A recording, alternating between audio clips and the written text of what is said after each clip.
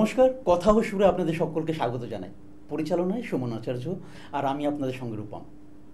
আজ 25শে বৈশাখ। আমাদের পক্ষ থেকে আপনাদের সকল দর্শকবৃন্দদের জানাই রবীন্দ্র জয়ন্তীর 163তম রবীন্দ্র জয়ন্তীর অনেক অনেক শুভেচ্ছা। আশা করি ভালো আছেন। আজ আমরা রবীন্দ্রনাথকে নিয়ে কথা বলবো, তবে হ্যাঁ, এটা বলে নেওয়া একদমই উচিত হবে যে আমাদের এই সামান্য মস্তিষ্কে রবীন্দ্রনাথকে এক জন্মে জানা বা বোঝা আমার মনে হয় না সম্ভব।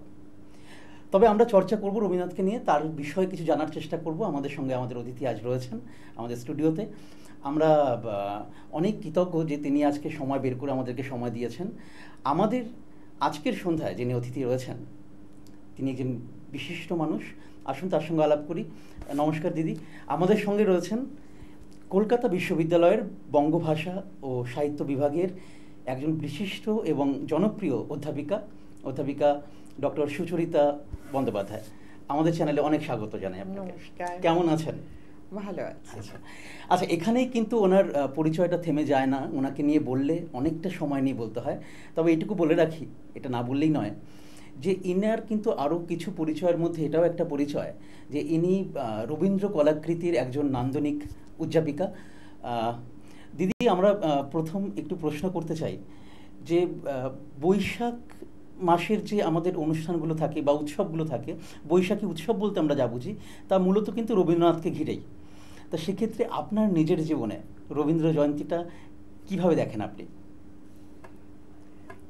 এখন রবীন্দ্র জয়ন্তী যেভাবে দেখি আর ছোটবেলায় যেভাবে দেখেছি, দুটোর মধ্যে তো বয়সের পরিণতির সঙ্গে সঙ্গে এবং যাপনের পরিণতির সঙ্গে সঙ্গে একটা তো পার্থক্য ঘটে গেছে। ছোটবেলায় যেমন স্কুলে এবং পাড়ার ক্লাবে প্রোগ্রাম ছিল এবং আমি নাচ করতাম, ফলে নাটক করতাম আর নাচ করতাম।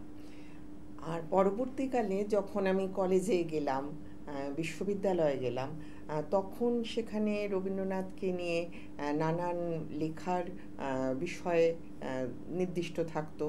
দেওয়াল পত্রিকা, কলেজ ম্যাগাজিন, বিশ্ববিদ্যালয়ের ম্যাগাজিন, তাতে লেখালেখি এবং নাটক করা, প্রবন্ধ প্রতিযোগিতা, ডিবেট, এগুলোতে তখন জড়িয়ে পড়লাম। আর এখন আবার উল্টো দিকে চলে এসেছি টেবিলের, ফলে এখন আমি অনুষ্ঠান করাই ছেলে মেয়েদের দিয়ে। ইউনিভার্সিটিতে যে 25শে বৈশাখের প্রোগ্রাম হয় মূলত সেটা আমি করাই। ফলে এভাবেই রবীন্দ্রনাথকে ঘিরে, বৈশাখ মাসকে ঘিরে একটা যাপন কিন্তু আমাদের চলতে থাকে।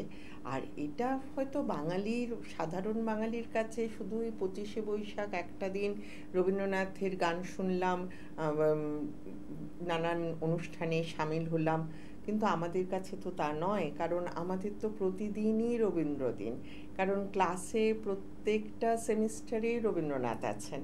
ফলে রবীন্দ্রনাথের বিভিন্ন জনরের যে নানান বিষয়, সেগুলো সিলেবাস অনুযায়ী পড়াতে হয়। ফলে রবীন্দ্রনাথ আমাদের ভিতরে নেওয়ার আমরা চেষ্টা করি অনুক্ষণ, এবং নিজেদের যাপনেও রবীন্দ্রনাথের যে জীবন দর্শন, সৌন্দর্যের জীবন দর্শন, কল্যাণের জীবন দর্শন, সেটাকে নিজেদের জীবনে আনার চেষ্টা করি। কতটা পারি সেটা অন্যরা বলবে। আচ্ছা, আপনার কাছে আমার এরপরে যে প্রশ্নটা রয়েছে, আপনি দীর্ঘদিন ধরে বাংলা সাহিত্য উপর কাজ করে গেছেন, বিশেষ করে রবীন্দ্র সাহিত্য বা রবীন্দ্রসঙ্গীত। এটা তো আমরা জানতে পেরে গেছি অনেক আগে থেকেই, কিন্তু ইদানিংকালে একটা মানুষের প্রশ্ন থাকে যে আজকালকার প্রজন্মরা এরা কেউ মানে বাংলা পড়ছে না, বাঙালিরাই বাংলা পড়ছে না। বা রবীন্দ্রনাথকে জানার তো অনেক পরের কথা, যে সামান্য বাংলা পড়া সেখানেই নাকি বাঙালিরা অনেক পিছিয়ে আসছে। আজকালকার ছেলেমেয়েরা গোল্লায় যাচ্ছে, বা এর পরের প্রজন্ম হয়তো রবীন্দ্রনাথকে কেউ উল্টেও দেখবে না। মানে এই বিষয়টাকে, এই প্রশ্নটাকে আপনি কতটা, মানে এই যে আক্ষেপ রয়েছে মানে এই প্রজন্মের নতুন মানুষদের কাছে, এটাকে আপনি কিভাবে দেখেন? দেখুন, সবটাই নির্ভর করে বাড়ির ওপর, পরিবারের ওপর। আমি কোন পরিবারে কিভাবে বড় হয়ে উঠছি। আমরা ছোটবেলা থেকে রবীন্দ্রনাথকে পড়েছি কারণ পাঠ্যক্রমে ছিল এবং স্কুলগুলোয় ভীষণ ভালোভাবে পড়াশুনোটা করানো হতো। আজকের প্রজন্মে বেশিরভাগ ছেলে মেয়ে ইংলিশ মিডিয়ামকে প্রেফার করে। তারা বাবা মার খুব সামান্য আয় হলেও তারা চেষ্টা করেন একটু কম দামি, সেরকম কম নামি ইংলিশ মিডিয়াম স্কুলে ভর্তি করার। তার একটা কারণ আছে। তার কারণ কি, ইংলিশ মিডিয়াম স্কুলে পড়লে অন্তত বাচ্চারা স্পোকেন ইংলিশটা একটু সড়গড় হবে, এবং ছোটোখাটো কাজ, সেই কাজগুলোতে যে সপ্রতিভতাটা দরকার হয় সেটা তাদের মধ্যে থাকবে। ফলে 12 পাস করে বা সাধারণ গ্র্যাজুয়েট হয়ে ইংলিশ মিডিয়াম ব্যাকগ্রাউন্ডের ছেলে মেয়ে তারা কিন্তু কিছু না কিছু করে ফেলছে। কিন্তু বাংলা মিডিয়ামের ছেলে মেয়েরা তারা তাদের অনেক বেশি মেধা নিয়ে হয়তো অনেক সময় ওই তুখোড় সপ্রতিভতাটা থাকছে না বলে তারা পিছিয়ে যাচ্ছে। এটা একটা জায়গা কিন্তু হচ্ছে, এবং তার সঙ্গে শুধু তো একালের প্রজন্মের দিকে আঙুল তুললে হবে না। আমি অন্তত বিশ্বাস করি আঙুল তোলার আগে নিজের দিকে আঙুলটা দেখানো উচিত। আমরা কতটা করতে পারলাম, আমরা শিক্ষক হিসেবে, আমরা অভিভাবক হিসেবে কতটা দিয়েছি আমার সন্তানকে, আমার ছাত্রছাত্রীদের। আমি যদি তাদেরকে ভালোভাবে রবীন্দ্রনাথকে বোঝাতে পারি, রবীন্দ্র কবিতার রস তাকে অনুধাবন করাতে পারি, তাহলে সে একটা কবিতার পর পরের কবিতায় যাবে। আর যদি প্রথম কবিতা যেটা আমি পড়াচ্ছি সেটা যদি আমি ওরকম দায়সারা করে পড়াই, তাহলে তো সে কোনো আনন্দ পাবে না। পাঠে আনন্দ দরকার, এটা তো বহুকাল আগে রবীন্দ্রনাথ বলেছেন। তাহলে এই আনন্দ যদি আমি না দিতে পারি, তাহলে তার কাছে পাঠ্যক্রমটা ভারবহ হয়ে যাবে এবং সে সেটা থেকে দূরে দূরে পালাতে থাকবে।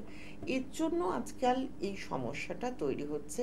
আমরা পাঠে সেই আনন্দ দেওয়া বা পাঠটাকে ক্লাসের মধ্যেই, শ্রেণীকক্ষের মধ্যেই তাদের সম্পূর্ণ আয়ত্তের মধ্যে তারা নিতে পারছে কিনা এটা দেখা, এই জায়গাগুলো কিন্তু আমাদের দিক থেকে একটা গাফিলতি তৈরি হচ্ছে। এবং অভিভাবকরা তারা মনে করছেন, যাদের পয়সা আছে তারা মনে করছেন আমি খামে খামে টাকা বিভিন্ন টিউশনের টিচারদের কাছে পাঠিয়ে দিলাম এবং ওখানেই আমার দায়িত্ব শেষ। আমি স্কুলের মাইনে ঠিক সময় দিয়ে দিচ্ছি, আমি টিউটারদের মাইনে দিয়ে দিচ্ছি, আমি সমস্ত আয়োজনগুলো ঠিক করছি। কিন্তু তারপরে আমার ছেলে কম্পিউটারে কি দেখছে, মোবাইলে কি দেখছে, সেটার যে নজরদারি সেটা কিন্তু হচ্ছে না। আজকে নরেন্দ্রপুরের ছেলে মেয়েদের যে 10 জনের মধ্যে 6 জন মাধ্যমিকে র্যাঙ্ক করেছে, তার প্রথম এবং প্রধান কারণ কিন্তু তাদের দায়িত্বপ্রাপ্ত মহারাজ বলেছেন যে মোবাইল থেকে আমরা দূরে রেখেছি, আমাদের ছেলেরা মোবাইল ব্যবহার করতে পারে না। আর এখন আমরা মোবাইল দিচ্ছি কেন, দূরে যাচ্ছে ছেলে মেয়ে, তারা বাড়ির সঙ্গে যোগাযোগ রাখবে। কিন্তু এইটা কারণ হয়তো আমাদের দিক থেকে, কিন্তু বাচ্চা তো আরও অন্যান্য কারণ খুঁজে নিচ্ছে মোবাইল ব্যবহার করার। ফলে এই জায়গা থেকে একটা সমস্যা জেনারেল পড়াশুনোর ক্ষেত্রেই হচ্ছে, পিছিয়ে যাচ্ছে পড়াশুনোর ক্ষেত্রে, ড্রপ আউট হচ্ছে। আর যদি রবীন্দ্রনাথকে বলি, তাহলে রবীন্দ্রনাথ তো সেই ছোটোবেলায় সহজ পাঠ পড়া থেকেই আমরা পড়েছি, আনন্দ করে পড়েছি, এবং সহজ পাঠের ভিতরে যে বক্তব্যগুলো আছে সেই বক্তব্যগুলো যদি ছাত্রদের কাছে পৌঁছানো যায়, যে সেখানে কিভাবে সমস্ত কাজগুলো একত্রে করার কথা বলা হচ্ছে। আর জঙ্গল পরিষ্কার করার দিন, এই যে জঙ্গল পরিষ্কারও সকলে মিলে বাচ্চারা হৈ হৈ করে করবে, তারা গাছ লাগাবে, তারা সকলকে দিয়ে খাবে। এই যে ব্যাপারগুলো, ওই ছোট্ট ছোট্ট গদ্যগুলোর মধ্যে এক একটা মেসেজ ছিল, কিন্তু তো সেটা তো আমাকে টিচার হিসেবে বাচ্চাদের পৌঁছাতে হবে। বাচ্চাদের শুধু যদি আমি মুখস্থ করাই, ডিকটেশন করাই, তাহলে তো হবে না। ফলে ওই জায়গাটায় একটা রবীন্দ্রনাথকে, তার কল্যাণ ভাবনাকে, তার জীবনাদর্শকে গ্রহণ করার জন্য যে মানসিক পরিণতি দরকার, সেটা কিন্তু সব পক্ষেই কোথাও না কোথাও তার খামতি দেখা যাচ্ছে। আমি তো নতুন প্রজন্মের প্রতি যে আক্ষেপ সেই কথা বললাম, আপনি মোবাইল ফোনের কথা বললেন, সেই প্রসঙ্গে একটা প্রশ্ন করি। আজকাল দেখছি আমরা বিভিন্ন রকমভাবে যে কোনো পরিবারের ক্ষেত্রে একটা বাচ্চাকে হয়তো একদম ছোট বাচ্চা তাকে হয়তো খাওয়াতে গিয়েও মা তার মোবাইল ফোনটার প্রলোভন দেখাচ্ছে, এই দেখো কার্টুন দেখছো বা কিছু সামথিং হোয়াট এভার। সেক্ষেত্রে ওই বাচ্চাটা যখন একটু বেড়ে উঠছে, স্কুলে যাচ্ছে, আমরা হয়তো সহজপাঠ রবীন্দ্রনাথের পড়ছি, কিন্তু সেটা তো সেই আন্তরিকতার সাথে পড়ছি না, মানে স্কুলে পড়া দিতে হবে তাই পড়ছি।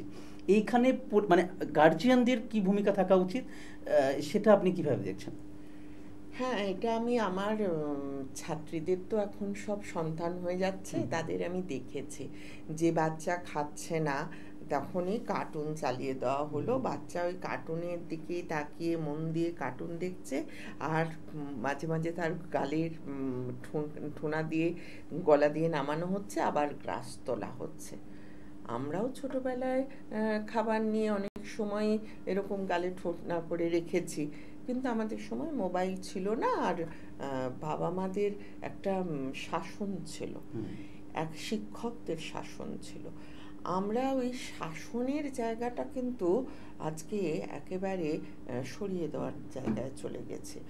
বন্ধুত্ব সন্তানের সঙ্গে, ছাত্রদের সঙ্গে বন্ধুত্ব নিশ্চয়ই ভালো, কিন্তু কোথাও একটা দূরত্ব তো রাখতে হবে, যে আমি প্রজন্মগতভাবে অভিজ্ঞতার দিক থেকে আমি কিন্তু অনেকটা উপরে আছি, আমি একজন শিক্ষক, আমি একজন মা, সুতরাং আমি যেটা বলছি সেটা তোমার ভালোর জন্য বলছি, সেটা তোমাকে বুঝতে হবে।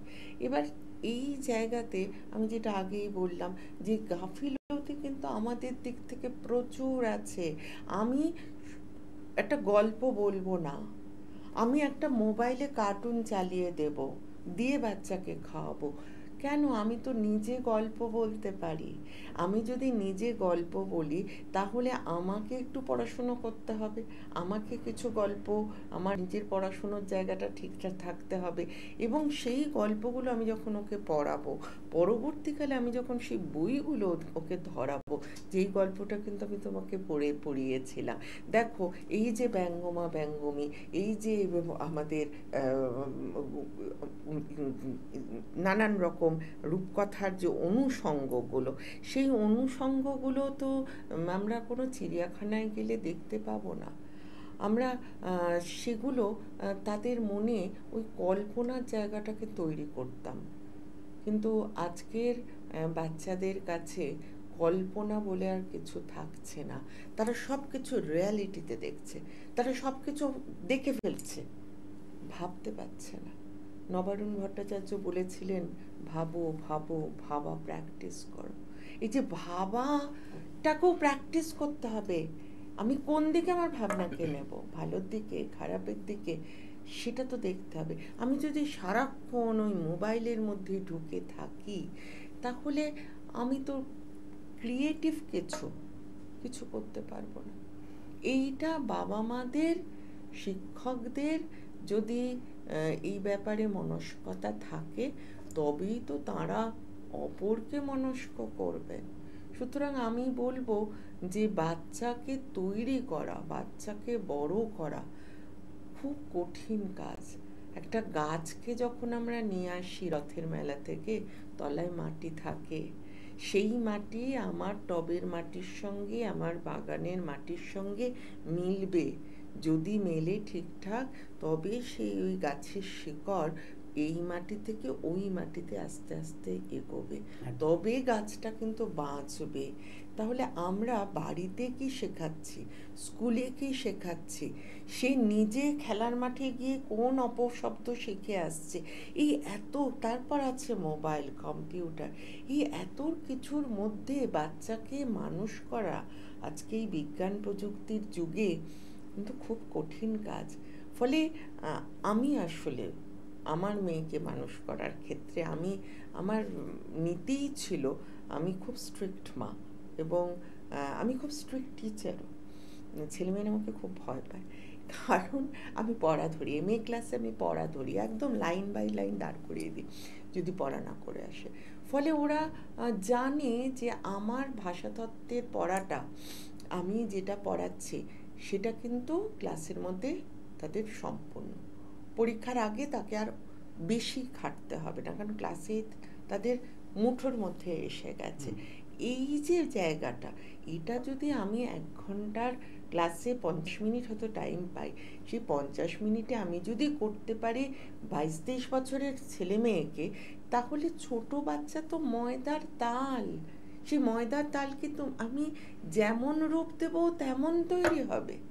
সুতরাং এটা আমাদের উপর নির্ভরে আমি কি বই তাকে দিচ্ছি, আমি রূপকথা পড়াচ্ছি, আমি তার কল্পনাকে বিস্তার করার সুযোগ দিচ্ছি, না আমি তার হাতে কার্টুন ধরিয়ে দিচ্ছি, যে কার্টুনের মধ্যেও কিন্তু মারপিট আছে।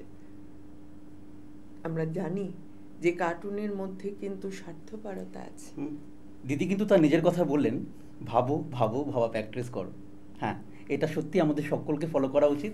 আচ্ছা দিদি, আপনাকে এবার আরেকটু ব্যক্তিগত প্রশ্ন করি, যে রবীন্দ্রনাথ ঠাকুরের বিশেষ করে কোন কোন চরিত্রগুলো আপনার মননের খুব কাছের, মানে আপনার নিজের খুব কাছের বলে মনে হয়?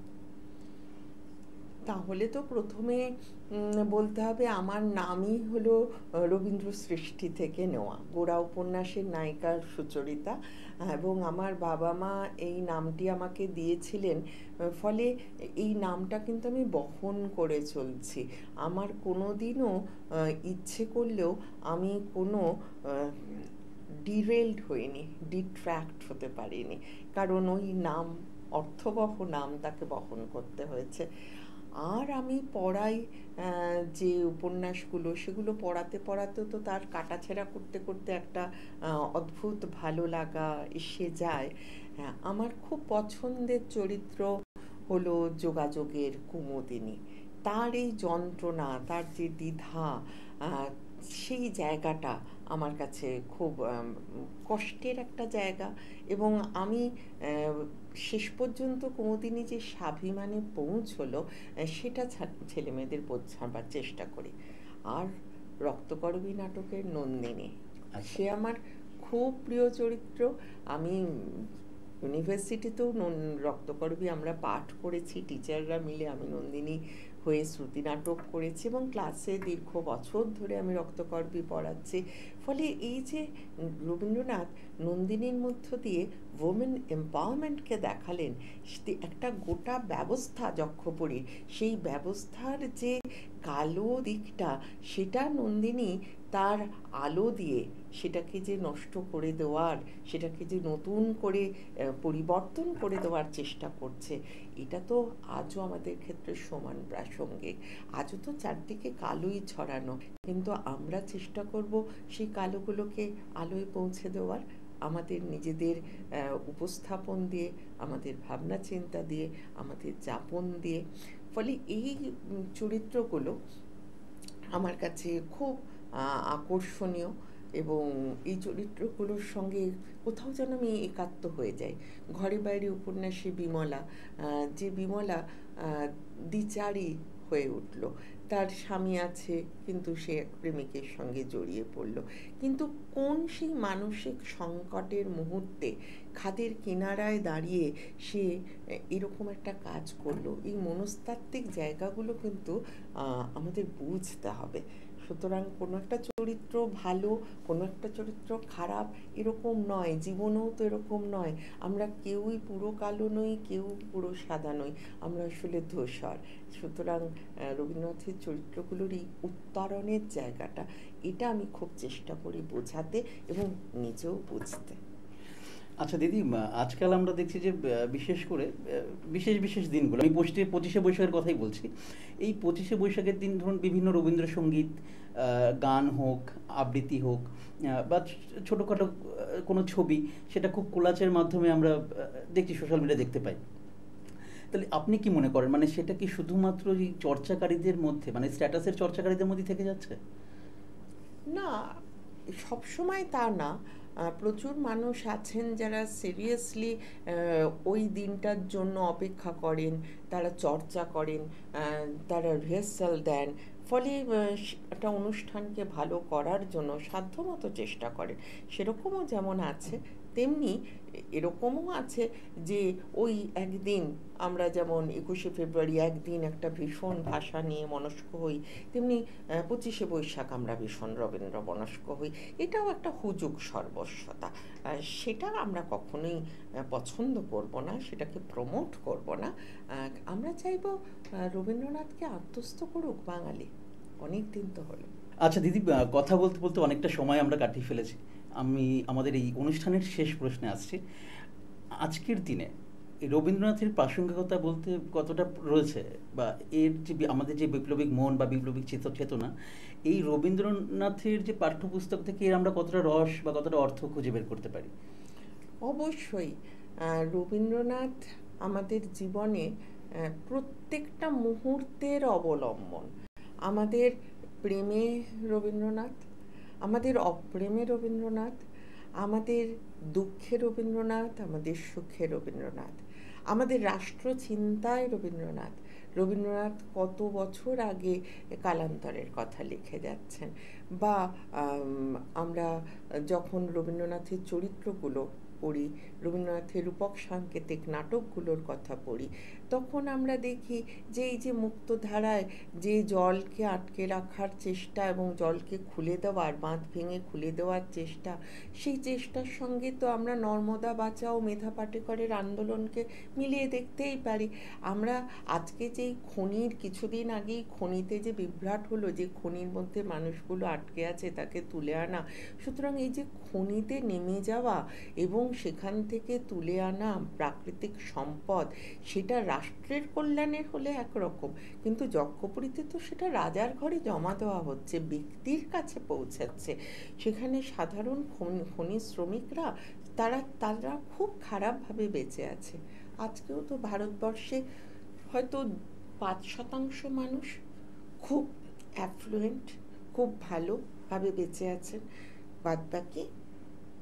সুতরাং এই জায়গা থেকে রবীন্দ্রনাথকে যখন আমরা দেখি, রবীন্দ্রনাথকে যখন আমরা পড়ি, আমরা আত্মস্থ করি, তখন আমরা দেখি যে রবীন্দ্রনাথ মেয়েদের অবস্থা থেকে, পুরুষতন্ত্র থেকে, রাষ্ট্র ব্যবস্থা থেকে, আমাদের কল্যাণকামী রাষ্ট্রের ধারণা থেকে, শান্তির বার্তা ছড়িয়ে দেওয়া থেকে, প্রত্যেকটা দিকে রবীন্দ্রনাথ কিন্তু তার লেখালেখি ছড়িয়ে দিয়েছেন।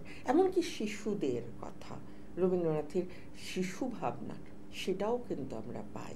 সুতরাং একটা মানুষের, একটা জাতির হয়ে ওঠার ক্ষেত্রে রবীন্দ্রনাথ আজও সেই বটবৃক্ষ হয়ে আছেন, আজও তার ছায়ায়, তার আশ্রয়ে আমরা বেঁচে আছি। আর যতদিন থাকবো ততদিন ভালো থাকবো, নচেত কিন্তু সমূহ বিপদ। যতদিন থাকবো ততদিন ভালো থাকবো। সত্যি দিদির থেকে আজ আমরা অনেক অজানা কথা জানতে পারলাম। দিদি, অসংখ্য ধন্যবাদ আমাদের অনুষ্ঠানে সময় দেওয়ার জন্য। আর আপনারা দেখছেন কথা ও সুরের এই অনুষ্ঠান আজকের মতো এখানেই। সবাই খুব ভালো থাকুন, দেখা হচ্ছে পরের এপিসোডে।